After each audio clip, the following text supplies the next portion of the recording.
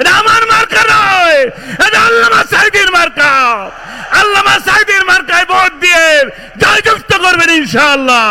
আজকে আমরা ভোটের জন্য এসেছি, জানানোর জন্য এসেছি। আজকে আমার এখানে দাঁড়ানোর কথা ছিল না, এখানে দাঁড়ানোর কথা ছিল আপনাদের প্রিয় মুফাসসির, কোরআনের পাখি আল্লামা সাঈদী।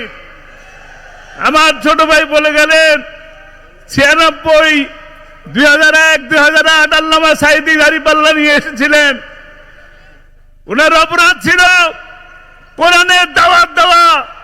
কোরআনের দাওয়াত দেওয়ার কারণে তিনি 13টি বছর বন্দী ছিলেন। বন্দী শুধু রাখেন নাই, তাকে বিনা অপরাধে বন্দী রেখে হাসপাতালে নিয়ে এসে তাকে হত্যা করা হয়েছে। আমরা আজকে 3 ভাই এখানে উপস্থিত আছি। আমার একটা বড় ভাইও, আমার শ্রদ্ধা বড় ভাই কোর্টের মধ্যে হার্ট অ্যাটাক করে মারা গেছেন। পাঞ্জাবের জগতে একটি বিশ্বস্ত নাম শাবাব এথনিক ওয়্যার।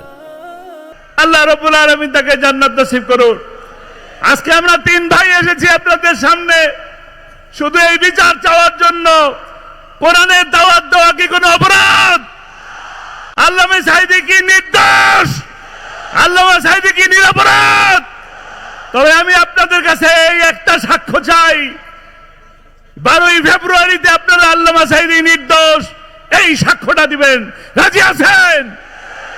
এই সাক্ষ্য দিবেন আল্লামা সাঈদীর মার্কায়।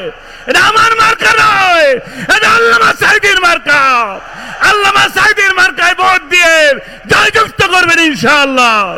সারা বাংলাদেশে বিজয় এসছে, সারা বাংলাদেশ থেকে বিজয়ের আওয়াজ উঠেছে। এই আওয়াজ পিরোজপুর থেকেও শুরু হবে ইনশাআল্লাহ। বাংলাদেশ জামাত ইসলামী জিন্দাবাদ।